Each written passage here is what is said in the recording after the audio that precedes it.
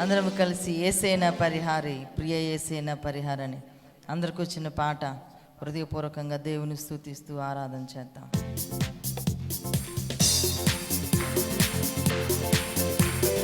యేసేనా పరిహారి, ప్రియ యేసేనా పరిహారి, నా జీవిత కాలమెలా ప్రియ ప్రభువేనా పరిహారి, నా జీవిత కాలమెలా ప్రియ ప్రభువేనా పరిహారి. యేసేనా పరిహారి, ప్రియ యేసేనా పరిహారి, నా జీవిత కాలమెలా ప్రియ ప్రభువేనా పరిహారి, నా జీవిత కాలమెలా ప్రియ ప్రభువేనా పరిహారి. ఎన్ని కష్టాలు కలిగినను, నన్ను కృంగించే బాధలను, ఎన్ని కష్టాలు కలిగినను, నన్ను కృంగించే బాధలను, ఎన్ని నష్టాలు వాటిల్లినా ప్రియ ప్రభువేనా పరిహారి, ఎన్ని నష్టాలు వాటిల్లినా ప్రియ ప్రభువేనా పరిహారి. యేసేనా పరిహారి, ప్రియ యేసేనా పరిహారి, నా జీవిత కాలమెలా ప్రియ ప్రభువేనా పరిహారి, నా జీవిత కాలమెలా ప్రియ ప్రభువేనా పరిహారి.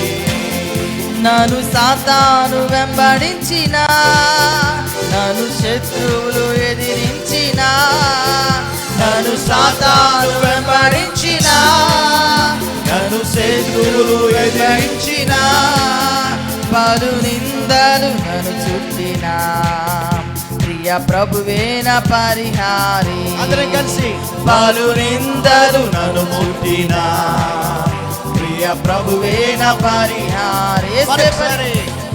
యేసేనా పరిహారి, అందరూ స్వరాలు ఎత్తి పాడదాం. నీవేనా పరిహారి యేసయ్యా, నా జీవిత కాలమెలా ప్రియ ప్రభువేనా పరిహారి, నా జీవిత కాలమెలా ప్రియ ప్రభువేనా పరిహారి. మని మాన్యాలు లేకున్నాను, మని మాన్యాలు లేకున్నా, మనోవేదనలు వేధించిన, మని మాన్యాలు లేకున్నా, మనోవేదనలు వేధించి, నరులెల్లరు నన్ను విడచిన ప్రియ ప్రభువేనా పరిహారి, నరులెల్లరు నన్ను విడచిన ప్రియ ప్రభువేనా పరిహారి. యేసేనా పరిహారి, అవును తండ్రి నీవే, యేసేనా పరిహారి, నీ ఒక్కడివే నా జీవితానికి పరిహారి ప్రభువా. హృదయపూర్వకంగా దేవుని జ్ఞాపకం చేసుకుంటూ మన జీవితాలు యేసయ్యకి అర్పిస్తూ ఆరాధన చేద్దాం. జీవిత కాలమెలా అవును తండ్రి ప్రియ ప్రభువేనా పరిహారి. బహువ్యాధులు నన్ను సోకినా, నాకు శాంతి కరువైనా, బహువ్యాధులు నన్ను సోకినా, నాకు శాంతి కరువైనా, నన్ను శోధకుడు శోధించిన ప్రియ ప్రభువేనా పరిహారి, నన్ను శోధకుడు శోధించిన ప్రియ ప్రభువేనా పరిహారి. మరొకసారి చెప్తాం. బహువ్యాధులు నన్ను సోకినా, నాకు శాంతి కరువైనా, బహువ్యాధులు నన్ను సోకినా, నాకు శాంతి కరువైనా, నన్ను శోధకుడు శోధించిన ప్రియ ప్రభువేనా పరిహారి, నన్ను శోధకుడు శోధించిన ప్రియ ప్రభువేనా పరిహారి. యేసేనా పరిహారి, ప్రియ యేసేనా పరిహారి, నా జీవిత కాలమెలా ప్రియ ప్రభువేనా పరిహారి.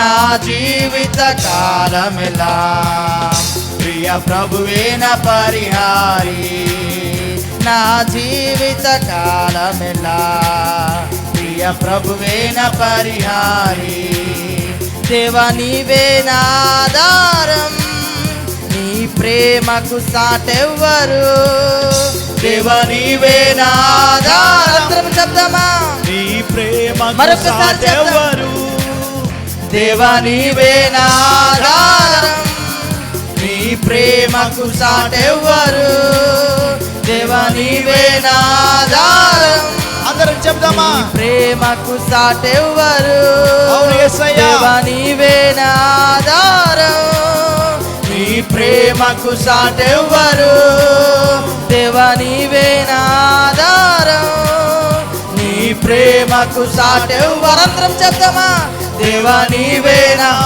చిన్న పిల్లల మొదలుకొని పెద్దల వరకు అందరము చెప్తాము యేసయ్యతో నీవే నా ఆధారం అవును యేసయ్యా నీ ప్రేమకు సాటెవ్వరు స్వరాలెత్తి బిగ్గరగా దేవా చెప్తాం నీవే నా ఆధారం నీ ప్రేమకు సాటెవ్వరు అవునయ్యా దేవా నీవే నా ఆధారం నీ ప్రేమకు సాటెవ్వరు నా జీవిత కాలమెలా నిన్ను పాడి స్తుతించెదను నా జీవిత కాలమెలా నిన్ను పాడి స్తుతించెదను నా జీవిత కాలమెలా నిన్ను పాడి స్తుతించెదను అందరం కలిసి నా జీవిత కాలమెలా అవును తండ్రి నిన్ను పాడి స్తుతించెదను నా జీవిత కాలమెలా నిన్ను పాడి స్తుతించెదను ఎన్ని కష్టాలు కలిగినను నన్ను కృంగించే బాధలను ఎన్ని కష్టాలు కలిగినను నన్ను కృంగించే బాధలను ఎన్ని నష్టాలు వాటిల్లినా ప్రియ ప్రభువే నా పరిహారి ఎన్ని నష్టాలు వాటిల్లినా ప్రియ ప్రభువే నా పరిహారి ఎన్ని నష్టాలు వాటిల్లినా విశ్వాసంతో ప్రియ చెప్తామా ప్రభువే నా పరిహారి నీవే నా పరిహారి యేసయ్యా ఎన్ని నష్టాలు వాటిల్లినా అవును తండ్రి ప్రియ ప్రభువే నా పరిహారి యేసయ్యా నా ఆధారమైన వాడా నష్టాలు నా ఆశ్రయమైన వాడా ప్రియ ప్రభువే నా పరిహారి అవును తండ్రి యేసే నా పరిహారి ప్రియ యేసే నా పరిహారి నా జీవిత కాలమెలా ప్రియ ప్రభువే నా పరిహారి అందరం నా జీవిత కాలమెలా ప్రియ ప్రభువే నా పరిహారి నా జీవిత కాలమెలా ప్రియ ప్రభువే నా పరిహారి నా జీవిత కాలమెలా ప్రియ ప్రభువే నా పరిహారి నా జీవిత కాలమెలా ప్రియ ప్రభువే నా పరిహారి గట్టిగా చప్పట్లు కొడుతూ ప్రభువుని కొనపడతాం యేసయ్యా మా పరిహారి మా దేవా నీవే మా ఆధారము ప్రభువా మా ఆశ్రయమైన వాడా నీకు వందనాలు గట్టిగా దేవుని కనపరుస్తూ ఆ గొప్ప దేవుని నామమున యేసయ్యా నా ఆధారము నీవే నా ఆధారము నీవే చెప్తామన్న స్వరాలెత్తి రెండు కళ్ళు మూసుకొని మన స్వరాలు ఇప్పి రెండు చేతుల ఆకాశం వైపు చాపి గొప్ప దేవుడా నా ఆధారము నీవే నా ఆశ్రయము నీవే నా పరిహారి నీవే నాకు నమ్మదగిన దేవుడు నీవే చెప్దామా ఈ దినము దేవుని ఆరాధన చేయడానికి వచ్చిన మనమందరమే మన మనస్సులు దేవుని మీద ఆధారం చేసుకుని ఈ దినము దేవుని సన్నిధిలో హృదయపూర్వకంగా చెప్దామా నా ఆధారము నీవయ్యా నా ఆధారం మనుషులు కాదు నా ఆధారము ధనము కాదు నా ఆధారము నా అందము నా ఐశ్వర్యము కాదు నా ఆధారము నీవే అయ్యా నా ఆధారము నీవే ప్రభువా నేను నీ మీద ఆనుకుంటా ఉన్నాను నా పరిహారి నీవే నా శ్రమలలో నా ఇబ్బందులో నా ఇరుకులో నీ ఒక్కడివే పరిహారి నీ ఒక్కడివే మేలు చేయగలిగిన తండ్రివి నాకెవరు లేరు ప్రభువా చెప్తారా ఈ దినం యేసయ్యతో నా తండ్రి అనుక్షణము మమ్మల్ని కాపాడాలి ప్రభువా నువ్వు లేకపోతే మేము బ్రతకలేము నాయన మా ఆధారము నీవే యేసయ్యా మా పరిహారి నీవే ప్రభువా ఎన్ని కష్టాలు వాటిల్లినా అయ్యా నన్ను కృంగజేసే పరిస్థితులు ఎన్ని వచ్చినా నా ఆధారము నీవై ఉన్నావు ప్రభువా. ఇంకా నిన్న ఆధారము చేసుకుంటాను ప్రభువా. అయ్యా నీకు దూరం అవ్వనయ్యా. అయ్యా నువ్వు నా తండ్రివి ప్రభువా. నిన్నే నేను ప్రేమిస్తాను తండ్రి. చెప్దామా స్వరాలెత్తి? ఈ దినం ఎంతమందిగా దేవుని ఆరాధన చేస్తున్నాం. నువ్వు చేసే ఆరాధన దేవునికి సువాసనగా ఉందా? యేసయ్యా నన్ను తాకండి ప్రభువా. నా ఆధారము నీవే. హృదయాంతరంగంలో నుంచి దేవుని ఆరాధన చేద్దాం. మనసు అటు ఇటు వెళ్ళనియొద్దు. ఇది దేవుని ఆరాధన చేసే సమయం, దేవుడు నిన్ను దర్శించే సమయం, దేవునితో మాట్లాడే సమయం, దేవుడు నిన్ను నీ హృదయ వాంఛను తీర్చే సమయము. దేవా నా పరిహారి, నా జీవిత కాలం అంతా నీవే నా పరిహారి ప్రభువా. నాయనా సాతాను వెంబడించిన, శత్రువులు ఎదిరించిన, పలు నిందలు నన్ను చుట్టిన అయ్యా నా పరిహారి నీవే నానా. నా తండ్రి బహువ్యాధులు నన్ను సోకినప్పుడు, నాకు శాంతి కరువైనప్పుడు, నన్ను శోధకుడు శోధించినప్పుడు నా పరిహారి నీవే కదయ్యా. నాయనా నన్ను విడిపించింది నీవే. అందుకే నీవే నాకు ఆధారమయ్యా. నీ ప్రేమకు సాటెవ్వరు లేరేసయ్యా. నా జీవితం అంతా నిన్ను పాడుతానయ్యా. నా జీవితం అంతా నిన్ను స్తుతిస్తానయ్యా. నా జీవితం అంతా నీకు దాసురాలైన ఉంటాను ప్రభువా. చెప్దామా యేసయ్యతో? నీ మాట కొరకు ఎదురు చూస్తూ ఉన్నాడు. నీ మాట కొరకు ఎదురు చూస్తూ ఉన్నాడు. చిన్న బిడ్డల మొదలుకొని పెద్దవారి వరకు అందరూ యేసయ్యతో ఒక మాట చెప్దాం. నా ఆధారము నీవే, నా ఆధారము నీవే. యేసయ్యా సహాయం చేయండి దేవా. కృప చూపండి నాయన. నా ఆధారమైన వాడా నీకు వందనాలు. గొప్ప దేవుడా. మరొకసారి చెప్దాం అందరము స్వరాలెత్తి. దేవా నీవే నా ఆధారం, నీ ప్రేమకు సాటెవ్వరు. దేవా నీవే నా ఆధారం, నీ ప్రేమకు సాటెవ్వరు. నా జీవిత కాలమెల్లా నేను పాడి స్తుతించెదను. అందరూ నోరు తెరిచి నా రెండు చేతుల ఆకాశం వైపు చాపి ఆ గొప్ప దేవుని నామాన్ని కనపరుద్దామా? రెండు కళ్ళు మూసుకుని హృదయపూర్వకంగా ఇది ఆరాధన చేసే సమయం. నా జీవిత కాలమెల్లా నిన్ను పాడి స్తుతించెదను. ఎన్ని నష్టాలు వాటిల్లినా ప్రియ ప్రభువే నా పరిహారి. అందరము చెప్దాం యేసయ్యతో. ఎన్ని నష్టాలు వాటిల్లినా అవును తండ్రి ప్రియ ప్రభువే నా పరిహారి. పలు నిందలు నన్ను చుట్టినా ప్రియ ప్రభువే నా పరిహారి. హృదయపూర్వకంగా చెప్పాలి అందరూ. పలు నిందలు నన్ను చుట్టినా ప్రియ ప్రభువే నా పరిహారి. నన్ను శోధకుడు శోధించిన ప్రియ ప్రభువే నా పరిహారి. అవును తండ్రి. నన్ను శోధకుడు శోధించిన ప్రియ ప్రభువే నా పరిహారి. నా జీవిత కాలం అంతా, నా జీవిత కాలమెల్లా అవును యేసయ్యా నిన్ను పాడి స్తుతించెదను. నా జీవిత కాలమెల్లా యేసయ్యా నిన్ను పాడి స్తుతించెదను. యేసే నా పరిహారి. చివరిసారిగా స్వరాలెత్తి అందరం చెప్దామా? యేసే నా పరిహారి. అవును తండ్రి నా పరిహారి అయిన నా జీవిత కాలమెల్లా Yes, Lord. ప్రియ ప్రభువే నా పరిహారి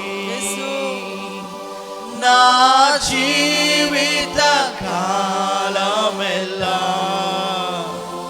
ప్రియ ప్రభువే నా పరిహారి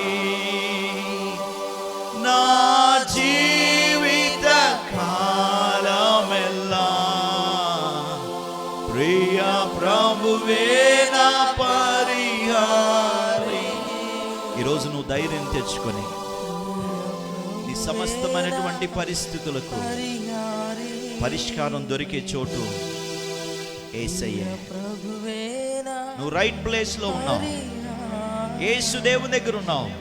నీ కుటుంబంలో ఉన్న ప్రతి పరిస్థితిని, నీ ఉద్యోగంలో ఉన్న ప్రతి పరిస్థితిని, నీ ఆత్మీయ జీవితంలో ఎదుర్కొంటున్నటువంటి ప్రతి విధమైనటువంటి వ్యతిరేకమైనటువంటి పరిస్థితులన్నిటికి పరిహారం యేసే. సమస్యలను పరిష్కరించగలిగింది యేసే. ఈ దినం నువ్వు దేవుని ఆరాధిస్తూ ఉండగా దేవుడు నీ హృదయాన్ని చూస్తూ ఉన్నాడు, నీ మనసును చూస్తూ ఉన్నాడు. నీ బిడ్డల జీవితం దేవునికి తెలుసు, నీ కష్టం దేవునికి తెలుసు, నీ నిందలు దేవునికి తెలుసు, నీ అవమానాలు దేవునికి తెలుసు. ఇంకా ఎన్ని సంవత్సరాలు, ఇంకా ఎన్ని సంవత్సరాలు, ఇంకా ఎంతకాలం మా జీవితంలో కష్టం? యేసయ్య అంటూ ఉన్నాడు, నేనున్నా కదా, నేనున్నా కదా. కష్టాలన్నిట్లో నిలబడ్డానికి నేను నీకు సహాయకునిగా ఉన్నా. నేను నిన్ను నిలబెడతాను, నేను నిన్ను నడిపిస్తాను.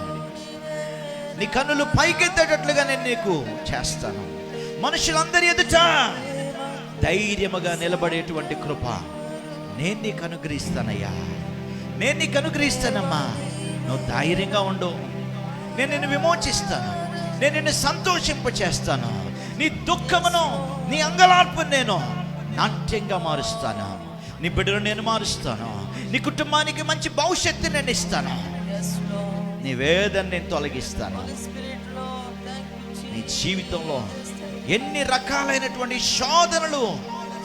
శోధకుడు నీ జీవితంలోనికి తీసుకొచ్చిన, మనుషులు నీ జీవితంలోనికి తీసుకొచ్చిన, నేను నీకు తోడుగా ఉన్నాను. ఈ ఉదయకాలం ప్రభు అభయమిస్తూ ఉన్నాడు, అభయమిస్తాడు, అభయమిస్తూ ఉన్నాడు. నీ బిడ్డల్ని కాపాడే దేవుడు. కునుకక నిద్రపోక కంటికి రెప్పలాగా నీ బిడ్డల్ని కాపాడు. వారు ఒకవేళ దేవునికి దూరం అయిపోయినా, వారు నీకు దూరముగా ఉన్నా, దేవుని రాజ్యానికి ఒకవేళ దూరస్తులుగా బ్రతుకుతున్నా, ఈ దినం దేవుని వాగ్దానాలకి వారు చేరువలేకపోయినా ప్రభు అంటూ ఉన్నాడు, నేనున్నాను. వాగ్దానాలని నెరవేర్చే దేవుడను, కాపాడే దేవుడను, పోషించే దేవుడను, సంరక్షించే దేవుడను, మృతులను సైతము తిరిగి లేపగలిగిన దేవుడను, అసాధ్యమైనవి సాధ్యం చేయగలిగిన దేవుడను, నేను మీతో ఉన్నాను, ధైర్యంగా ఉండండి అని ప్రభు సెలవిస్తూ ఉన్నాను. నమ్ముదాం దేవుని మాటలను, నమ్ముదాం దేవుని మాటలు. యేసయ్యా, నా జీవితాంతం నీ మీద ఆధారపడడానికి ధైర్యం ఇవ్వండి. ఇది అంటున్నాడు, నీ హృదయం నిండా నేను ధైర్యం ఇస్తాను. నీ హృదయాన్ని ధైర్యముతో నింపుతాను. నీ మనస్సుకి ధైర్యాన్ని ఇస్తాను. విమోచన, విడుదల నేను ఇస్తాను. నేను నిన్ను ముందుకు నడిపిస్తానని ప్రభు సెలవిస్తా ఉండగా, ఈ ఉదయకాలం నువ్వు నాకు ఇచ్చిన మాటను బట్టి వందనాలు యేసయ్యా. చెప్తావా? నిశ్చయంగా నువ్వు మాట తప్పని దేవుడు. మాట ఇస్తే నెరవేరుస్తావు, వాగ్దానం ఇస్తే వాగ్దానం నెరవేరుస్తావు. ప్రభువా, ఆలస్యమైనా మీరు మమ్మల్ని విడిచిపెట్టకుండా మమ్మల్ని చేరవలసిన గమ్యానికి చేరుస్తావు. మా బిడ్డలకు భవిష్యత్తు ఇస్తావు. నా ఆత్మీయ జీవితానికి భద్రతనిస్తావు. నా ఆత్మీయ జీవితాలకి మీరు ఎదుగుదల ఇస్తారు, ఎదగడానికి కృపనిస్తారు యేసయ్యా.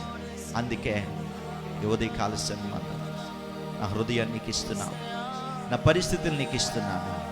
దేవా, నా జీవితంలో నెరవేర్చబడవలసినటువంటి కార్యములన్నీ నీ చేతికి అప్పగిస్తున్నాను. చెప్తావా?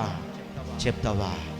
ఎదురు చూస్తున్నటువంటి కలలు, దర్శనాలు, ప్రవచనాలు, వాగ్దానాలు ఇవన్నీ దేవుడు నెరవేరుస్తాడు. ఈరోజు మాట ఇచ్చిన దేవుడు నెరవేరుస్తాడు. ధైర్యంగా ఉండు. ప్రభువా, నువ్వు నాకు నిశ్చయంగా ఉన్నావు. నేను నిన్ను నమ్ముతున్నాను ప్రభువా. నువ్వు నాకు అభయం ఇస్తున్నావు. నువ్వు నన్ను నిశ్చయంగా కాపాడుతావు. నన్ను మంచి స్థలంలో ఉంచుతావు ప్రభువా. శ్రేష్టమైనటువంటి భూభాగాన్ని మాకు ఇస్తారు యేసయ్య. శ్రేష్టమైనటువంటి కార్యాలు మా జీవితంలో దేవా మీరు జరిగిస్తారు. అందుకే నిన్ను స్తుతిస్తున్నాం, అందుకే నేను ఆరాధన చేస్తున్నాం, అందుకే నీ నామాన్ని గణపరుస్తున్నాం, అందుకే నీ దగ్గరికి నన్ను తీసుకొచ్చావు యేసయ్యా. వందనాలు. మమ్మల్ని అందరినీ ఆశీర్వదించడానికి, దీవించడానికి, దివ్యమైనటువంటి నీ సన్నిధానానికి నడిపించినందుకు, నిన్ను ఆరాధించే భాగ్యమునిచ్చినందుకు, నీ మాటలు విని ధైర్యం తెచ్చుకునే కృపనిచ్చినందుకు వందనాలు చెల్లిస్తూ యేసు నామం పేరిట ప్రార్థిస్తూ మమ్మల్ని మీ చేతులకు అప్పగించుకుంటున్నాము తండ్రి. ఆమేన్ అంటారు అందరూ. దయచేసి కూర్చుందాం.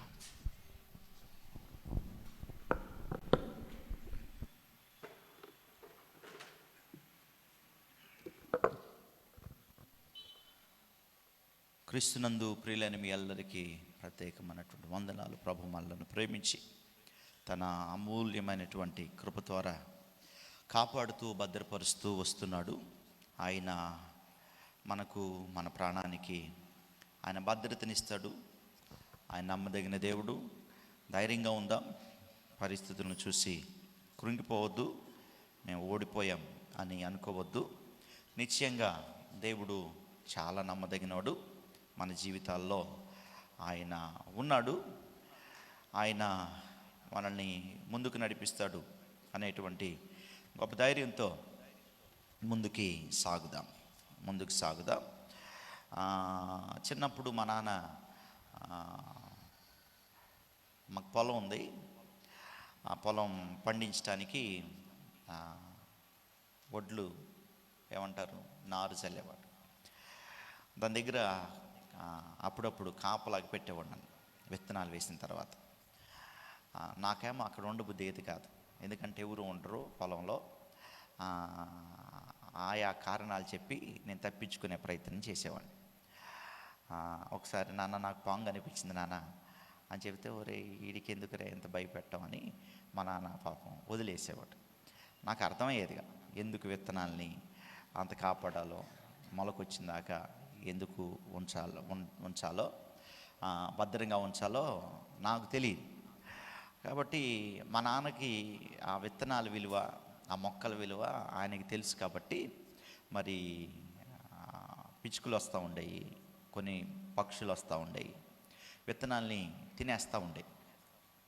అయితే ఆ విత్తనాలు మొలిచేంతవరకు, ఆ విత్తనాలు కొద్దిగా పెద్ద అయ్యేంతవరకు ఎప్పుడు వాటిని కాపాడుకోవడానికి ఎవరో ఒకళ్ళు అక్కడ ఉండేవాడు.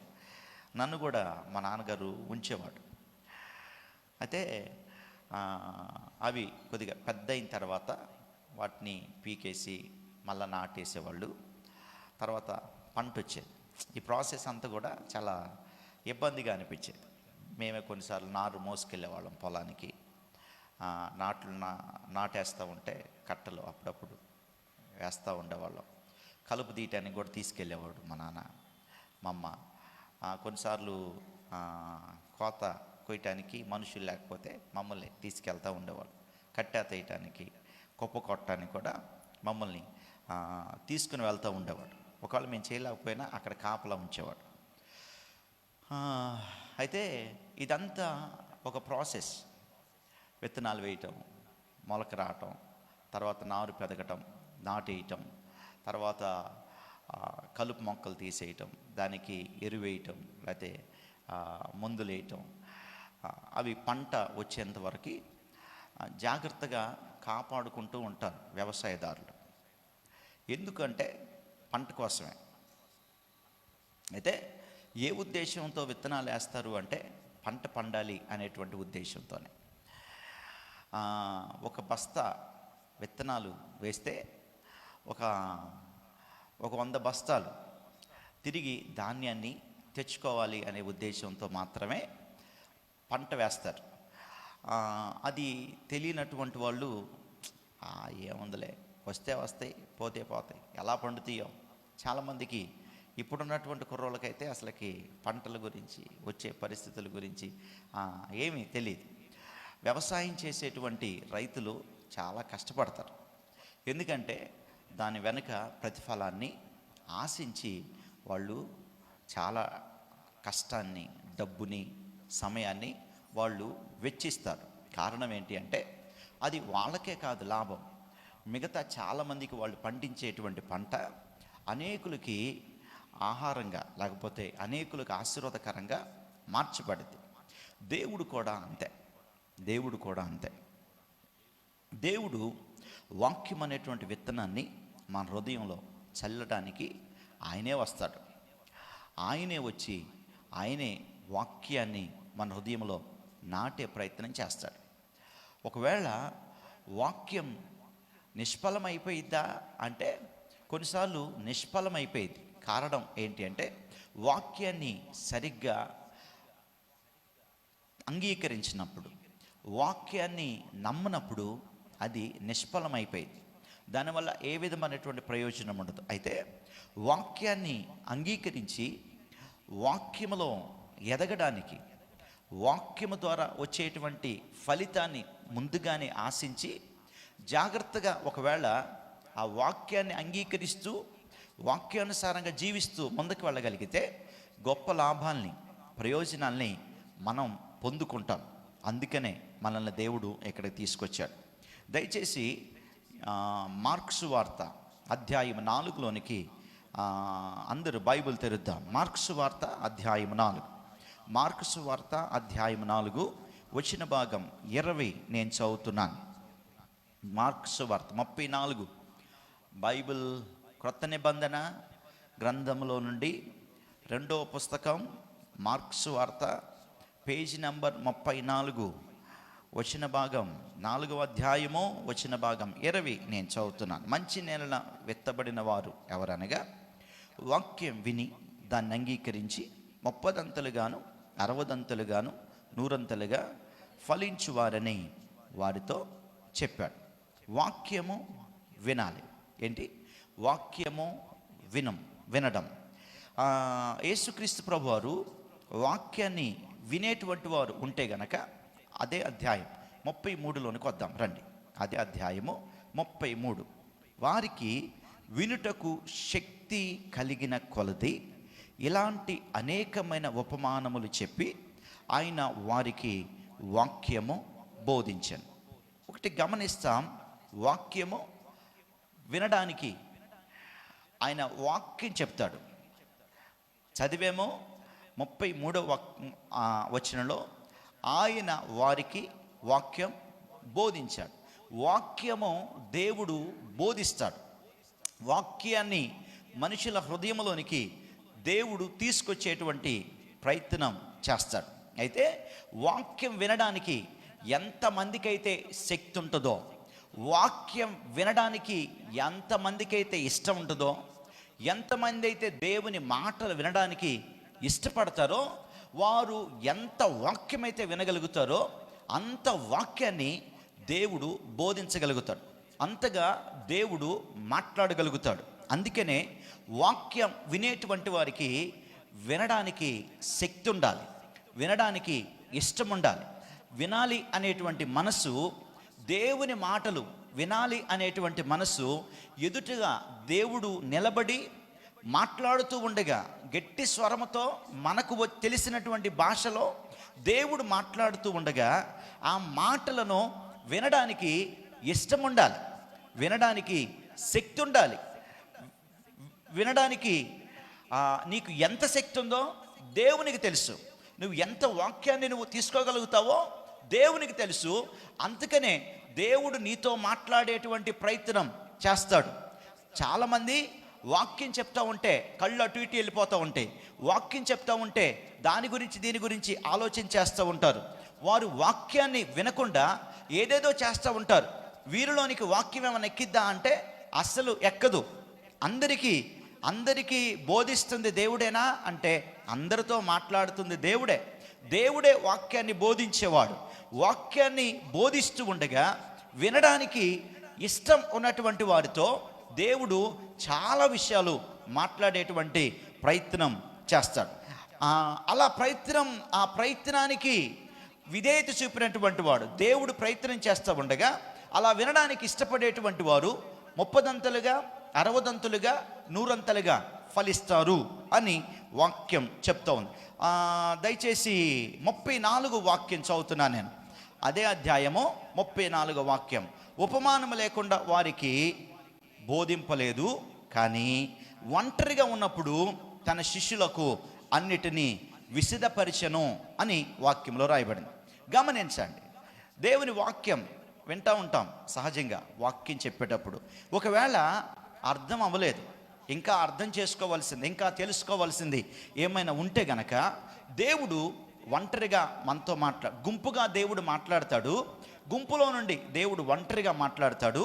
అయితే యేసుక్రీస్తు ప్రభువారు తన శిష్యులైనటువంటి వారందరికీ చాలా వివరంగా చెప్పినటువంటి ఉపమాల అన్నిటికీ సంబంధించినటువంటి అర్థాన్ని యేసుక్రీస్తు ప్రభువారు చెప్పే ప్రయత్నం చేస్తూ ఉంటే విని చాలా సంతోషపడ్డారు. అంటే అర్థమేంటో తెలుసా? ఇక్కడ నువ్వు దేవుని వాక్యం వింటావు, వాక్యం విన్న తర్వాత పుస్తకం ఎక్కడో ఉండిద్ది, బైబిల్ ఎక్కడో ఉండిద్ది. ఏం వాక్యం చెప్పారో కూర్చుని తిన్న తర్వాత కూర్చుని లేదా సాయంకాలం కూర్చుని, ప్రభువా నువ్వు నాతో ఇంకా మాట్లాడాలయ్యా అని చాలామందికి ఆదివారం వాక్యం ఆ సాయంకాలానికో లేకపోతే ఎక్కడి నుంచి వినగానే చాలామంది ఆ వాక్యాన్ని వదిలిపెట్టేస్తారు. అందుకనే ఆధ్యాత్మికంగా బలవంతులుగా ఉండలేరు, ఆత్మీయంగా బలవంతులుగా ఉండలేరు. వాక్యం వినడానికి నీకు ఇష్టం ఉంటే ఆయన నీ జీవితంలో ఆయన మాట్లాడడానికి ఎప్పుడు ఇష్టపడతాడు? ఎంత ఇష్టపడతాడు అంటే నువ్వు వినేంతగా, నువ్వు తినేంతగా, నీ కడుపు నిండా ఎంతైతే నింపుకోగలుగుతావో అంత కడుపు నిండా దేవుడు అన్నాన్ని పెట్టగలుగుతాడు, ఆత్మీయ ఆహారాన్ని ఇవ్వగలుగుతాడు. నీ మనసుకు కావలసినటువంటి సంతృప్తిని దేవుడు తన దివ్యమైనటువంటి మాటల ద్వారా ఇవ్వగలుగుతాడు. ఇచ్చిన తర్వాత ఇంకా నేను అర్థం చేసుకోవాలి, ఇంకా నేను దేవుని తెలుసుకోవాలి, ఇంకా దేవుని యొక్క వాక్యం నా జీవితంలో పనిచేయాలి అనేటువంటి శ్రద్ధ ఎవరికి ఉండాలి అంటే దేవుని వాక్యం వినేటువంటి వారికి ఉండాలి అనేది దేవుని ఉద్దేశం. అందుకనే దేవుని వాక్యమును దివారాత్రములు ధ్యానించాలి అని వాక్యములో రాయబడింది. దేవుని వాక్యము ఏదో ఆదివారానికి పరిమితం కాకూడదు. ప్రతిదినం దేవుడు నీతో మాట్లాడేటువంటి ప్రయత్నం చేస్తూ ఉంటాడు. చేస్తూ ఉండగా వినడానికి మనకేముండాలి అంటే ఇష్టం ఉండాలి. నాకు కుదరదండి, నేను వినలేనండి, నేను చదవలేనండి, నేను ధ్యానం చేయలేను అంటే నీ ఆత్మీయ జీవితం ఎక్కడుందో నువ్వు అక్కడే ఉంటావు. మందిరానికి వచ్చినప్పుడు ఎలా ఉంటావో 10 సంవత్సరాల తర్వాత కూడా అలానే ఉండిపోతాం. వాక్యం చెప్తూ ఉండగా ఎందుకు నిద్ర వచ్చేస్తుంది? వాక్యం చెప్తూ ఉండగా నీ మనసు ఎందుకు అటు ఇటు వెళ్ళిపోతూ ఉంది? You are not able to listen the voice of God. You are not at all interested to listen the voice of God. నీకు ఇష్టం లేదు దేవుని వాక్యం వినడానికి. అందుకనే నీ శరీరం, నీ మనసు ఇంట్రెస్ట్గా లేదు.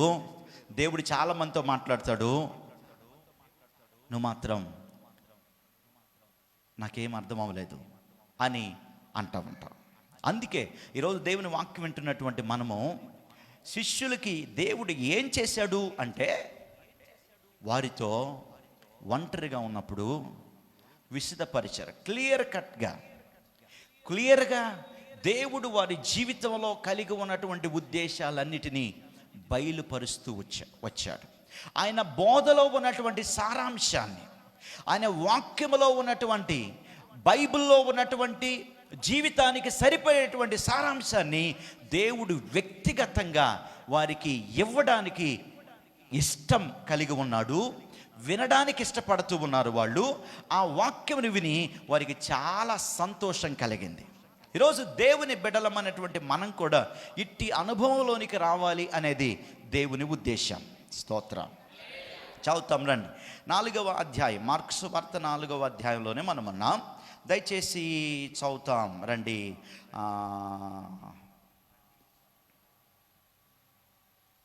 26 చదువుతాం.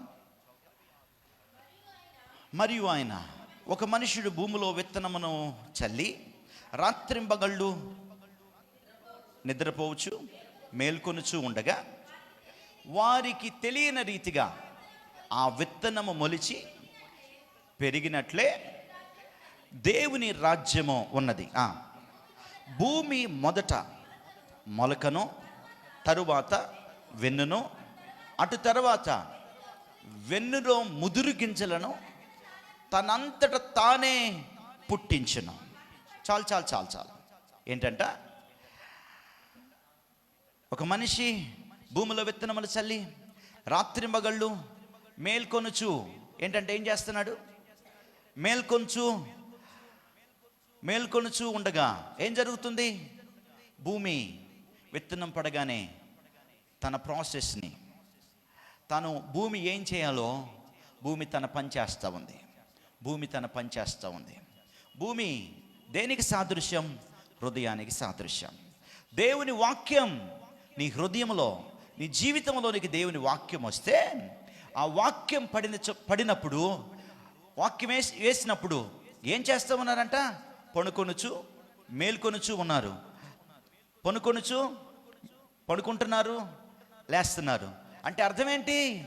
జాగ్రత్తగా ఆ విత్తనాలు ఎదుగుదల కొరకు సహకరిస్తున్నారు. విత్తనాలు ఎదగాలి అనేటువంటి ఆలోచన, ఆశ వారు కలిగి ఉన్నారు. అందుకనే భూమిలో విత్తనాలు పడగానే తనంతట తానే మొలకనిచ్చిద్ది. తనంతట తానే ఏమిచ్చిద్ది? వెన్నునిచ్చిద్ది. వెన్నులో ముదురు గింజలనిచ్చిద్ది, పంటనిచ్చేసిద్ది. ఎవరు? భూమి. స్తోత్రం. ఈరోజు దేవుని వాక్యం కూడా ఇలానే జీవితంలో పనిచేసిద్ది.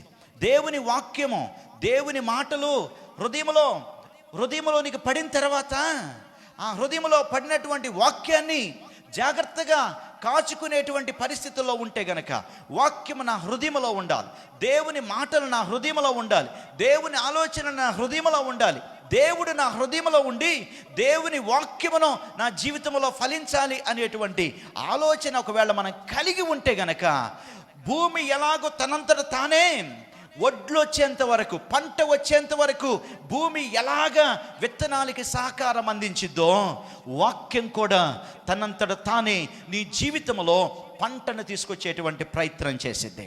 స్తోత్రం. హల్లెలూయ.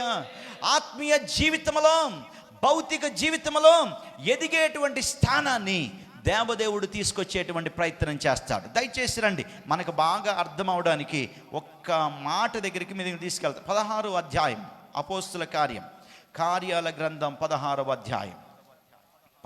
అధ్యాయం తీయండి అందరూ. అధ్యాయం 16 వచ్చిన భాగం 14లోనికి వస్తున్నాను. అప్పుడు లూదియా అను దైవభక్తి గల ఒక స్త్రీ వినుచుండెను. ఏమింటుంది? దేవుని వాక్యం 119, పేజీ నంబర్ 119, 119. భక్తి కలిగినటువంటి ఒక స్త్రీ వాక్యాన్ని వింటా ఉంది. ఆమె ఉదారంగు పొడిని అమ్ము తుయతైర పట్టణస్థురాలు. ప్రభువు ఆమె హృదయమును తెరిచెను కనుక పౌలు చెప్పిన మాటలు యందు లక్ష్యముంచెను. 15వ వాక్యం, ఆమె ఇంటివారు బాప్తిసం పొందినప్పుడు ఆమె, నేను ప్రభువునందు విశ్వాసం గలదానని మీరు ఎంచితే నా ఇంటికి వచ్చి ఉండుడని వేడుకొని మమ్ములను బలవంతం చేశాను. గమనించండి, వాక్యం వింటా ఉన్నప్పుడు దేవుడు ఆమె హృదయాన్ని ఏం చేశాడు? తెరిచాడు. దేవుడు వాక్యాన్ని వినడానికి ఇష్టపడేటువంటి వారందరి హృదయాన్ని దేవుడు ఏం చేస్తాడు? తెరుస్తాడు. స్తోత్రం చెప్తారా? గమనించండి ప్రియులారా, దేవుని దివ్యమైనటువంటి వాగ్దానాలు, దేవుని దివ్యమైనటువంటి రక్షణ కార్యం కుటుంబం అంతటిలో జరగడానికి దేవుడు వాడేటువంటి పద్ధతి ఒకటే, వ్యవసాయం చేసేటువంటి పద్ధతి ఒకటే, విత్తనాలు ఒకటే, భూమి ఒకటే. భూమి తాను చేసేవన్నీ కూడా చేస్తూ ఉండిద్ది. విత్తనాలు చల్లేటువంటి పద్ధతి అంతా కూడా ఒకటే, పంట వచ్చేటువంటి పద్ధతి అంతా కూడా ఒకటే. అయితే ఎవరైతే దేవుని వాక్యం కొరకు హృదయాన్ని తెరుస్తారో వారి జీవితంలోనికి దేవుడు ఏం తీసుకొస్తాడు? రక్షణ కార్యము తీసుకొస్తాడు. స్తోత్రం. హృదయం తెరిస్తే, హృదయం తెరవబడితే దేవుని కొరకు బ్రతకాలి అని అనిపించింది. వ్యాపారం చేసుకునేటువంటి ఈ మనిషి హృదయాన్ని ఎవరు తెరిచారు? దేవుని వాక్యం తెరిచింది. దేవుని వాక్యం కొరకు ఆమె ఆసక్తి కలిగి ఉంది. ఇలాగే మనకలాగే కూడికలకు వచ్చింది. యేసుక్రీస్తు ప్రభువారు రక్షకుడని, ప్రభువని, శాంతి సమాధానం ఇవ్వగలుగుతాడని, పాపము నుండి పరిహారం ఇవ్వగలుగుతాడని, యేసే దేవుడని, రక్షకుడని వాక్యము చెప్పబడతా ఉండగా హృదయము తెరవబడిన తర్వాత ఆమె ఇంటి వారందరూ ఏం చేశారు? బాప్తీసం తీసుకున్నారు. అనగా వారి జీవితాన్ని సంపూర్ణంగా ప్రభువుకి అప్పగించారు. అంత మాత్రమే కాదు, వారు దేవుని యొక్క వాక్యం కొరకు జీవించడానికి నిర్ణయం తీసుకున్నటువంటి వారు దేవుని వాక్యం అందించేటువంటి మనుషులను ఎక్కడికి తీసుకొచ్చారు? ఇంటిలోనికి తీసుకొచ్చారు. స్తోత్రం. బయట ఉన్నటువంటి వాక్యం హృదయంలోనికి వచ్చింది. హృదయంలోనికి వచ్చినటువంటి వాక్యం ఎక్కడికి వచ్చింది? ఇంటిలోనికి వచ్చింది. ఇప్పుడు మార్పు చెందినటువంటి మనుషులు మారారు. మారినటువంటి మనుషులతో కలిసి, వాక్యం అందించేటువంటి మనుషులతో కలిసి వీరేం చేస్తున్నారు? ప్రభుని స్తుతిస్తూ ఉన్నారు. సువార్తకు కేంద్రం అయిపోయింది ఆ ఇల్లు ప్రభువుని ఆరాధించేటువంటి ఇల్లు అయిపోయింది. ఇక సినిమాలు లేవు, బూతులు లేవు, అబద్ధాలు లేవు, మోసం లేదు, వ్యభిచారం లేదు, దొంగతనం లేదు, వ్యాపారంలో మోసము లేనే లేదు. ఇప్పుడు దైవికమైనటువంటి వ్యాపారం, the business which is very related to Jesus. యేసు క్రీస్తు ప్రభు వారికి అనుసంధానమైనటువంటి వ్యాపారం, క్రీస్తుకు ఇష్టమైనటువంటి వ్యాపారం, క్రీస్తుకి ఇష్టమైనటువంటి పని ఎక్కడ జరుగుతుంది? లూదియా ఇంటిలో జరుగుతుంది. స్తోత్రం, హల్లెలూయా. దేవుని వాక్యం కొరకు దేవుడు ఎవరైతే ఇష్టపడతారో ఆ ఇంటిలోనికి దేవుడు వస్తాడు, హృదయంలోనికి దేవుడు వస్తాడు. దేవుడు తన కార్యాన్ని జరిగిస్తాడు. మనందరికీ బాగా తెలుసు, యేసుక్రీస్తు ప్రభువారు సమరయ పట్టణానికి వెళ్ళాడు. సమరయ పట్టణం నుండి ఒక ఆమె వచ్చింది. యేసు ప్రభువారు ఆమెతో మాట్లాడుతూ ఉన్నాడు. ఒంటరిగా మధ్యాహ్నం మాట్లాడుతూ ఉంటే యేసు ప్రభువారి మాటలు విన్నటువంటి ఆమె హృదయం తెరవబడి, అయ్యా, ఇక నేను లోకం కొరకు బ్రతకను. ఇప్పటికీ నాకు 5గురితో అక్రమమైనటువంటి జీవితం ఉంది. ఇప్పుడున్నటువంటి మనిషి 6వాడు. ఈ జీవితాన్ని విడిచిపెట్టి నీ కొరకు బ్రతుకుతాను అని చెప్పినటువంటి ఆమె ఒక్కతే కాదు, ఊరిని ప్రభు దగ్గరికి తీసుకొచ్చింది. వాక్యం జీవితంలో పనిచేస్తే వాక్యం ఇంటిలోనికి వచ్చింది. ఇంటిలో వాక్యం నివసించింది. వాక్యము మనిషిల జీవితాన్ని పవిత్రపరిచింది, ఇంటిని పరిశుద్ధపరిచింది. అపవిత్రమైనటువంటి కార్యాలు ఇంటిలో లేకుండా చేసిద్ది. చాలా మంది విశ్వాసుల ఇళ్ళు సీరియళ్ళకి నిలయం అయిపోయినాయి, సినిమాలకి నిలయం అయిపోయినాయి. చాలా మందికి బాగా నవ్వుకోవాలని జబర్దస్త్ 9:30కో 10:30కో వచ్చింది. Bigg Boss, what they watching. ఏమిష్టం? గుళ్ళో దేవుడు ఇష్టం, ఇంట్లోకి వెళ్తే బిగ్ బాస్ ఇష్టం. గుళ్ళో దేవుడు, ఇంట్లో ఎవడో. ఇక్కడ నీ హృదయం మారితే నీ ఇల్లు కూడా మారిద్ది. హలో, ఇక నిన్ను మార్చడానికి దేవుడు తీసుకొస్తున్నాడు. మార్పు నొందినటువంటి నీ జీవితం, నీ ఎంతంతటికి మార్పు తీసుకురావాలనే ప్రయత్నం దేవుడు చేస్తూ ఉన్నాడు. దేవుడు చేస్తున్నటువంటి ప్రయత్నానికి నువ్వు విధేయత చూపగలిగితే జీవితంలో దేవుడు గొప్ప మార్పుని తీసుకురాగలుగుతా. ఊరు ఒక్క మనిషి ద్వారా కదిలించబడింది. వాక్యం ఎంత ఇంపాక్ట్ తీసుకొచ్చిద్దా, ఎంత ప్రభావితం చేయగలిగిద్దా. లూదియా ఇంటిని మార్చింది, ఈమె ఊరును మార్చగలిగింది.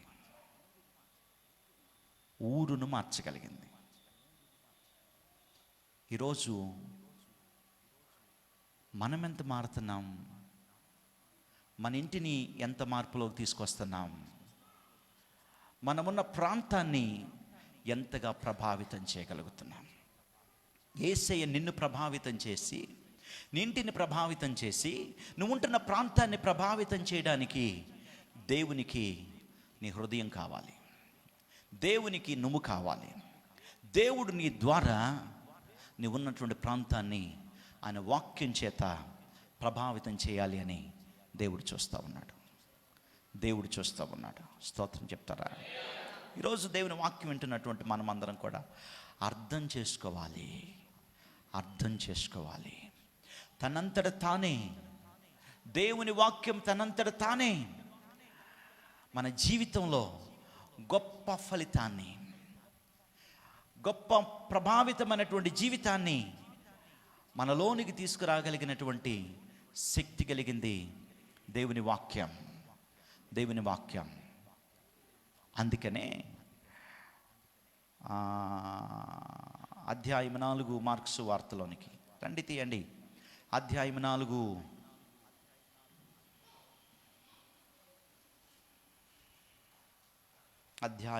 తీద్దాం. అధ్యాయం 4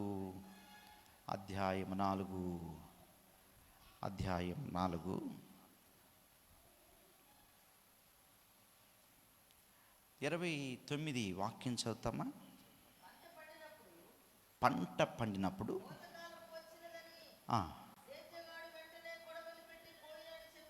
కోతగాడు వెంటనే క్షమించండి, 24 వాక్యం చదువుతామా? మరియు ఏమి వినుచున్నారో జాగ్రత్తగా చూచుకునుడి. మీరెట్టి కొలతతో కొలుతురో మీకును అట్టి కొలతతోనే కొలవబడును, మరి ఎక్కువగా మీకు ఇయ్యబడును. కలిగిన వానికి ఇయ్యబడును, లేని వానికి కలిగినది వాని యొద్ద నుండి తీసివేయబడునని వారితో చెప్పాను. స్తోత్రం. గమనించండి, 2 వ్యక్తులు నేను మీ దగ్గరికి తీసుకొచ్చాను.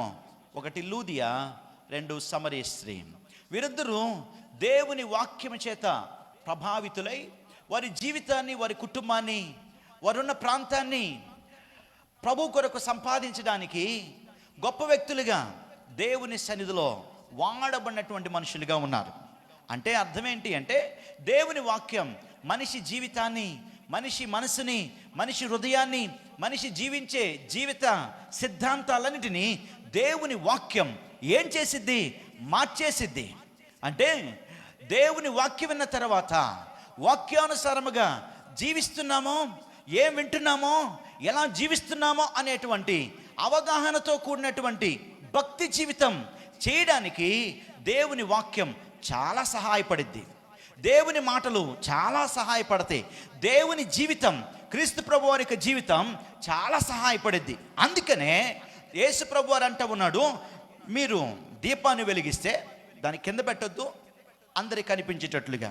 అంటే అందరికి కనిపించే జీవితం క్రైస్తవ జీవితం, అందరికి కనిపించే జీవితం బాప్టిసం, అందరికి కనిపించే జీవితం రోజు యేసు కొరకు బ్రతికేటువంటి జీవితం. ఈ జీవితం మనుషులందరికీ కనబడియండి. మీ సత్క్రియలు మనుషులందరికీ, ఇంటి వారందరికీ, ఉద్యోగంలో ఎక్కడుంటావో, ఎక్కడ చదువుతున్నావో, ఏ అత్తకి నువ్వు కోడలుగా ఉన్నావో, ఏ ఇంటికి నువ్వు అల్లుడిగా ఉన్నావో, ఏ ఇంటిలో ఏ మనుషుల దగ్గర నువ్వు భక్తి కలిగినటువంటి వ్యక్తివి అని చెప్పుకుంటా ఉన్నావో, వారందరి దగ్గర నీ క్రైస్తవ జీవితం, వాక్యం నీ జీవితాన్ని ఎలాగ మలిచేస్తుందో, బాగు చేస్తుందో, ఆ బాగుపడేటువంటి జీవితం జీవించడానికి మనుషులందరికీ నీ జీవితం కనబడని అని యేసుక్రీస్తు ప్రభువారు చెప్తూ అంటా ఉన్నాడు. మీరు ఎలా జీవిస్తారో దానికి సంబంధించినటువంటి ఫలితం. మీరు బాగా జీవిస్తే ఇంకా బాగా జీవించడానికి నేను మీకు ఇంకా అధికమైనటువంటి ఫలాన్ని, అధికమైనటువంటి శక్తిని, అధికమైనటువంటి పరిశుద్ధతను, ఆశీర్వాదాన్ని నేను మీకు ఇస్తాను అని చెబుతూ, ఒకవేళ వాక్యాన్ని వినినటువంటి వారు, దేవుని మాటలు వినేటువంటి వారు ఒకవేళ అలాగ బ్రతకకపోతే గనక దేవుడు ఇచ్చిన దాన్ని తీసుకుంటాడంట. ఏంటి? ఇచ్చిన దాన్ని దేవుడు తీసేసుకుంటాడంట. ఇక్కడున్న మనందరికీ దేవుడు ఏదో ఒక ఫలాన్ని ఇచ్చాడు. పుట్టినటువంటి పిల్లలందరిలో ఏదో ఒక ప్రత్యేకమైనటువంటి టాలెంట్ ఉండిద్దా? టాలెంట్ ఉండిద్ది. ఇక్కడ ఉన్నటువంటి విశ్వాసులైనటువంటి వారందరి జీవితంలో దేవుడు ఏదైనా ఒక కృపావరాన్ని ఇచ్చుంటాడా? ఖచ్చితంగా ఇచ్చుంటాడు. గలతీ పత్రిక అధ్యాయము 4:5 వచన భాగం 22లో ఏం రాయబడింది? అక్కడ ఆత్మఫలాలు రాయబడ్డాయి. చదువుతాం రండి. గలతీ పత్రిక. అయితే ఏమనగా ప్రేమ, సంతోషం, సమాధానం, దీర్ఘశాంతం, దయాళత్వం, మంచితనం, విశ్వాసం, సాత్వికం, ఆశా నిగ్రహం. ఇవన్నీ ఎవరిస్తారు? దేవుడిస్తాడు. యేసులోనికి రాకమనుపు ఉండదు. మనిషి ఆవేశపడిపోతూ ఉంటాడు. కోపాన్ని చూపిస్తూ ఉంటాడు. ఆవేశాన్ని వ్యక్తం చేసేస్తాడు. చిన్న చిన్న విషయాలకే అసమాధానంగా బ్రతికిపోతూ ఉంటాడు. వెరాస్ క్రీస్తులోనికి వచ్చిన తర్వాత మనిషి సాత్వికుడైపోతాడు. ఏంట్రా వీడని చచ్చిపోయాడా? కోపం రావటంలా? ఏంట్రా వీడింత ప్రేమిస్తున్నాడు? ఏంటి ఇంత ఓపిక ఉంది? ఇంత దీర్ఘశాంతం ఉంది? ఇంత దయ చూపుతున్నాడేంటి? ఇంత మంచితనం ఎక్కడి నుంచి వచ్చింది? ఇవన్నీ మనుషులకు వెలుగులాగా మనుషులందరి జీవితంలో ప్రదర్శించడానికి, యేసును తెలుసుకున్న జీవితం ఇలా ఉండిద్దనడానికి ఇక్కడున్న మనందరికీ దేవుడు ఆత్మ ఫలాలను ఇచ్చాడు. కృపావరాల్ని దేవుడిచ్చాడు. ఇచ్చినటువంటి కృపావరాల్ని, ఆత్మ ఫలాల్ని ఒకవేళ వాడుకోకపోతే గనక, దేవుడిచ్చినటువంటి ఆశీర్వాదకరమైనటువంటి జీవితాన్ని దేవుని పక్షముగా వాడుకోకపోతే గనక దేవుడు నీకు ఇచ్చిన దాన్ని తీసేసుకుంటాడు. యేసుక్రీస్తు ప్రభువారు 19వ అధ్యాయం లోకాసు వార్తలో తలాంతుల గురించి చెప్పాడు. ఒకడికి యేసయ్య 5 తలాంతులు ఇచ్చాడు, ఒకడికి 10 తలాంతులు ఇచ్చాడు, ఇంకొకడికి 1 తలాంతు ఇచ్చాడు. 10 తలాంతులు ఇచ్చినటువంటి వాడు 5 తలాంతులు ఇచ్చినటువంటి వాడు రెట్టింపు చేసుకున్నాడు. యేసుక్రీస్తు ప్రభువారు వచ్చి అడిగాడు, బాబు ఏం చేసావు? నేను ఇచ్చిన తలాంతులు, నేను ఇచ్చిన డబ్బులు ఏం చేసావు అని అంటే, నువ్వు ఇచ్చినటువంటి డబ్బులతో చాలా వ్యాపారం చేశాను, చాలా సంపాదించాను. అంటే అర్థం ఏంటో తెలుసా? నువ్వు ఇచ్చినటువంటి ఆత్మీయ జీవితం ద్వారా నేను నా కుటుంబాన్ని ప్రభావితం చేసుకోగలిగాను, నేను బాగా బతికాను. నేను బతకడమే కాదు, నువ్వు ఇచ్చినటువంటి బ్రతుకు ద్వారా అనేకులను బ్రతికించడానికి నేను చాలా సహకరించాను ప్రభువా. ఓకే అన్నాడు ప్రభు. బల నమ్మకమైన మంచి దాసుడా అన్నాడు. అనేక పట్టణముల మీద నేను నిన్ను అధికారిని చేసేస్తున్నాను అని అన్నాడు. 1 తలాంతు ఇచ్చినటువంటి మనిషి వచ్చి అన్నాడు, నువ్వు మంచోడు కాదు. ఏంటి? ఎవరు మంచోడు కాదు? తీసుకున్నప్పుడు మంచోడే, గుడికి వచ్చినప్పుడు మంచోడే, బాప్తిసం తీసుకున్నప్పుడు మంచోడే. దేవుని వాగ్దానం నీకు ఇచ్చినప్పుడు దేవుడు మంచోడేనే. దేవుడు నీకు మేలు చేశాడు. ఎక్కడో ఉన్నటువంటి నిన్ను వెలుగులోనికి తీసుకొచ్చాడు, జీవంలోనికి తీసుకొచ్చాడు, సంఘములోనికి దేవుడు నాటాడు. ఇప్పుడు దేవుడు అడుగుతున్నాడు, నేను నీకు ఇచ్చిన దాన్ని ఫలభరితంగా వాడుకున్నావా? లాభం ఏమైనా సంపాదించావా అని అంటే, నాకు ప్రార్థన రావట్లేదు, నాకు ప్రార్థన చేయాలంది, నేను చేయలేకపోతున్నా. వాక్యం చదవాలని ఉంది, చదవలేకపోతున్నా. గుడికి రావాలనుకుంటున్నా, రాలేకపోతున్నా. ఆదివారమే వస్తా, అదే ఎక్కువ మనకి. సోమవారం నుంచి రాలేను. ఉపవాస ప్రార్థన నాకు కష్టం సార్, రాలేను.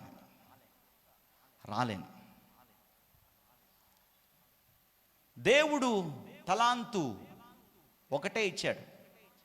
నీ సామర్థ్యత దేవునికి తెలుసు. హలో, ఏ కారణాలు చెప్తావు ఫలించడానికి? నీతో ఉన్నటువంటి వారికి ఇచ్చింది అదే తలాంతు, ఇచ్చింది ఆత్మవరాలు, అభిషేకము, వాగ్దానం, రక్షణ, బాప్తిసము. అందరిలాగా నీకు కూడా దేవుడు ఇచ్చాడు, అవకాశాన్ని ఇచ్చాడు, భక్తి చేసుకున్నటువంటి అవకాశం ఇచ్చాడు. ఈరోజు చాలామంది మారు మనసు లేకుండా ఎందుకు బ్రతుకుతున్నారు? బాప్తీసాలు లేకుండా ఎందుకు బ్రతుకుతున్నారు? సంవత్సరాలుగా దేవుని మందిరానికి వచ్చి పిల్లలను ప్రభు దగ్గరికి, ప్రభు శిక్షలో, ప్రభు బోధలో ఎందుకు పెంచలేకపోతున్నారు? భయమా పెళ్ళిళ్ళు కావని, భయమా ఉద్యోగాలు రావని, భయమా భవిష్యత్తు చీకటైపోయిద్దని, భయమా అంధకారంలో మా జీవితం ఉండిద్దేమో, మేమేదో వచ్చేసాం, మేమేదో జరుగుతుంది, మా పిల్లల భవిష్యత్తు.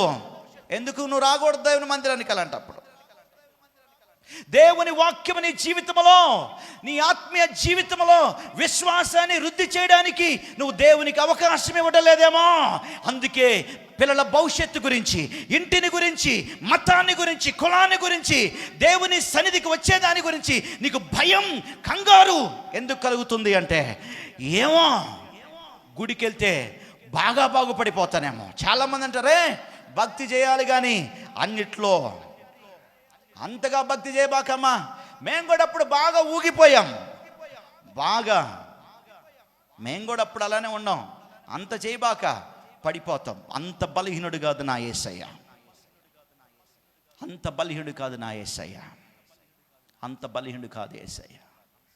దేవుని వాక్యం నీ జీవితాన్ని ఫలింపచేసింది, నీ బ్రతుకును సంపూర్ణంగా మార్చేసింది. లోక జీవితానికి క్రీస్తులో ఉన్నటువంటి జీవితానికి వ్యత్యాసాన్ని చూపించడానికే యేసుదేవుడు నీతో మాట్లాడుతూ ఉన్నాడు.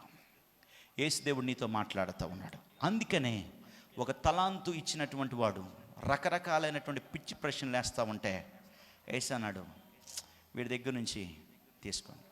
ఆ తలాంతు బ్యాంకులో అయిపోయావా ఏంటి? అక్కడ నొడ్డి వచ్చేది. ఎక్కడ? బ్యాంకులో వడ్డీ అయిపోయావా? డబ్బులుంటే 2 రూపాయల వడ్డీకో 5 రూపాయల వడ్డీకో 4 రూపాయల వడ్డీకి మనం చెప్పలే దేవుడు.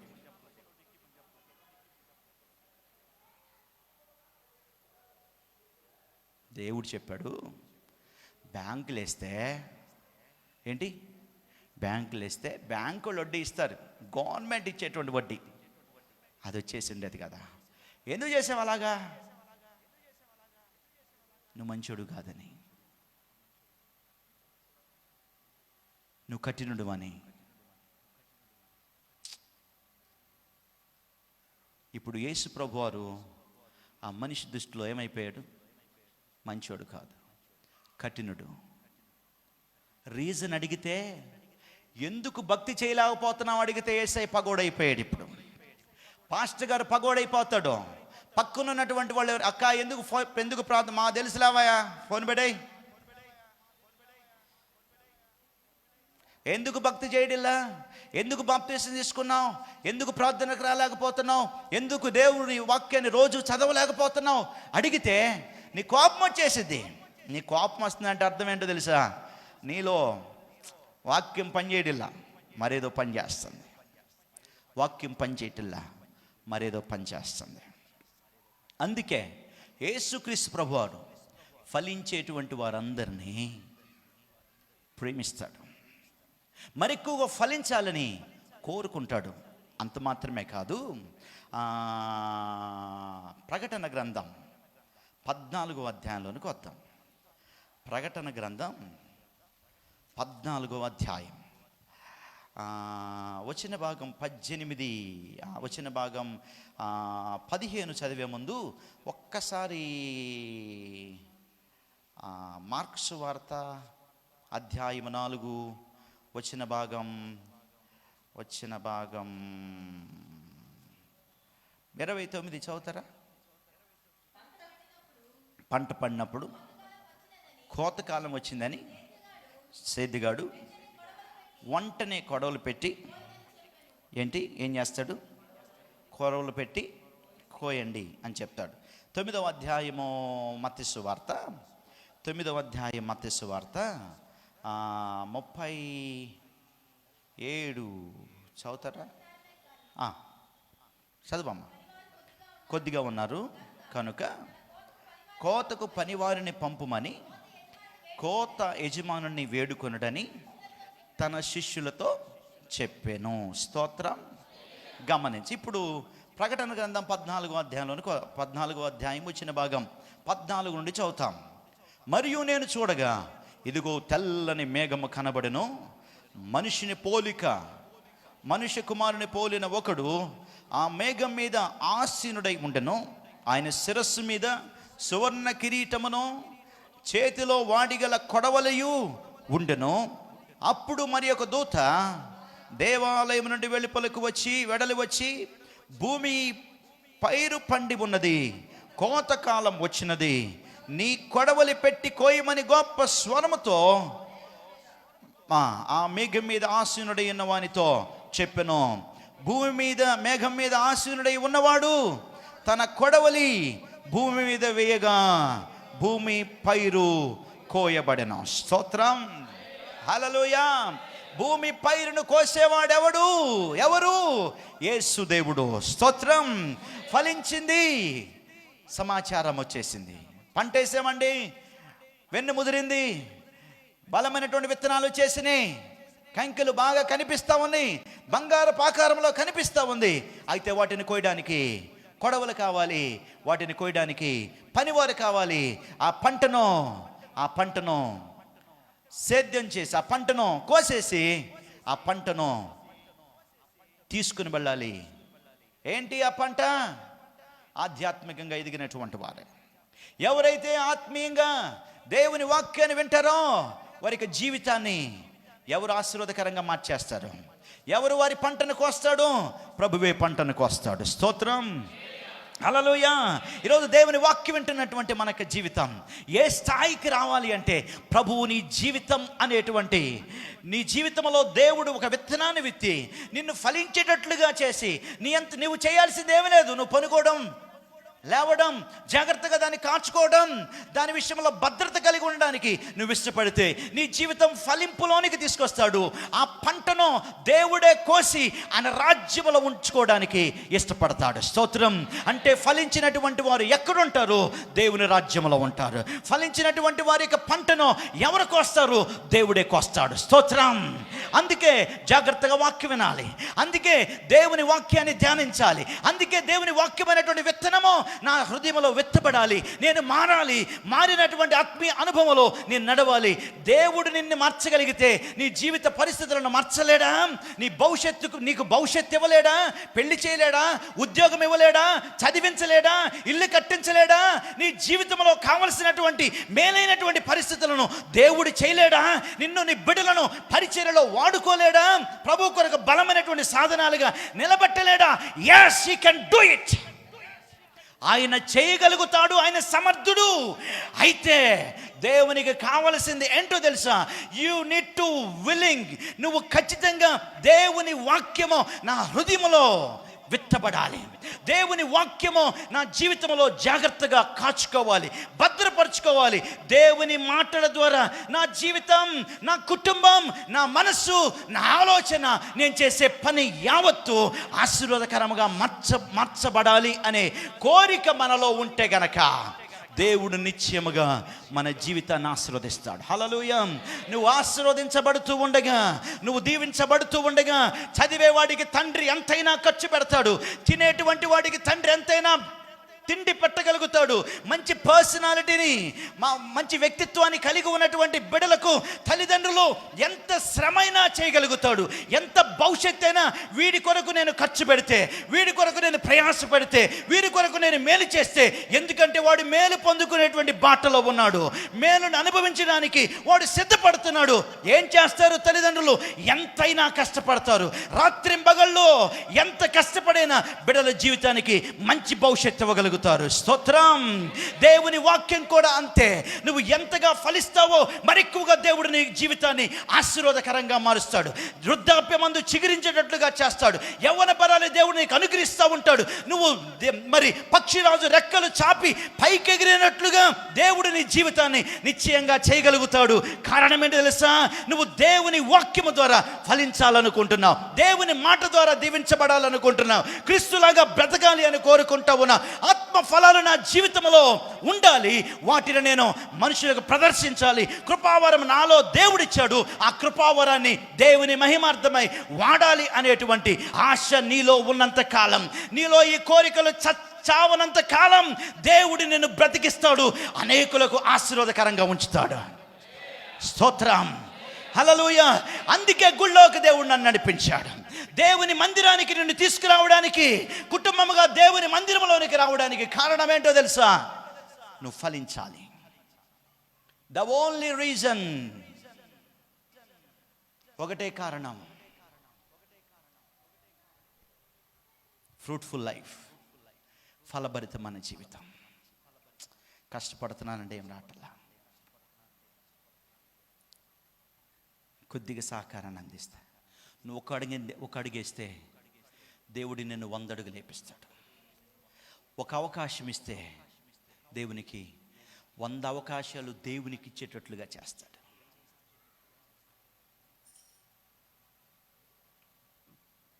ఒకరోజు దేవుని మాటకు హృదయాన్ని ఇవ్వటం నేర్చుకుంటే రెండో రోజు దేవుడు తన మాటకు సమయాన్ని, విలువను ఇచ్చే విధంగా దేవుడు చేస్తాడు. సంవత్సరాలు ఇలానే చేస్తాడా? యాస్, సంవత్సరాలు ఇలానే చేస్తాడు, ఇలానే చేస్తాడు. చెల్లి, తమ్ముడా, అన్న, అక్క, ప్రాధేయపడుతున్నా, సంవత్సరాలు నీళ్ళలాగా జారిపోతున్నాయి. నీ ఆత్మీయ జీవితంలో నిన్ను నువ్వు లెక్కేసుకుంటే ఈరోజు నువ్వు ఎక్కడ ఉండాల్సిన మనిషివి, ఈరోజు నువ్వు ఎక్కడున్నావు? నీ ఆత్మీయ స్థానం ఎంతో ఉన్నతంగా ఉండాల్సింది. వాక్యములో రాయబడింది, ప్రియుడా, నీ ఆత్మ వర్ధిల్లుచున్న ప్రకారం నువ్వన్ని విషయాల్లో వర్ధిల్లాలి, వర్ధిల్లాలి. బాబు, నిన్ను వర్ధిల్లడానికే, నిన్ను వర్ధిల్ల చేయడానికే, నిన్ను గొప్పోని చేయడానికే, నిన్ను బలవంతుని చేయడానికే, నిన్ను జయించే వ్యక్తిగా చేయడానికే యేసయ్య నిన్ను ఇక్కడికి తీసుకొచ్చాడు. యేసయ్య నిన్ను రక్షించాడు. యేసయ్య నీతో మాట్లాడుతున్నాడు. భక్తి లేనటువంటి క్రైస్తవులాగా, భయం లేనటువంటి క్రైస్తవులాగా, దేవుణ్ణి ఎరగనటువంటి క్రైస్తవులాగా లోకంలో వాళ్ళు కూడా బ్రతకరేమో నాయనో అన్న క్రైస్తవులాగా జీవించి దేవుణ్ణి ఏడిపించబాకండి, సేవకులను ఏడిపించబాకండి, పక్కనున్నటువంటి వాళ్ళ చేత విమర్శించుకునేటట్లుగా చేసుకోబాకండి. మీకు దండం పెడతా. రోజులు బాగాలేదు, నేనింతే సంవత్సరాలుగా ఏం చెప్తావు ఈ మాటలు? చెప్పబాక ప్లీజ్. బాబు, నా వైపు చూడండి. చెప్పబాక.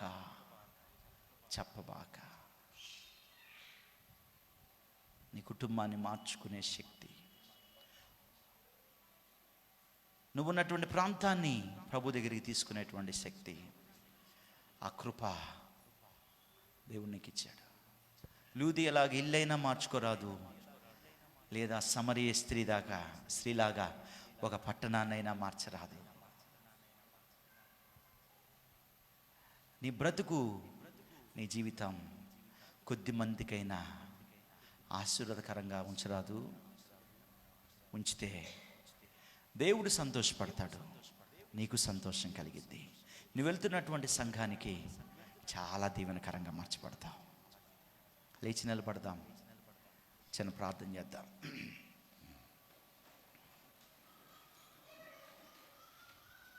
లేచి నిలబడదాం, కళ్ళు మూసుకుందాం, రెండు చేతులు జోడించి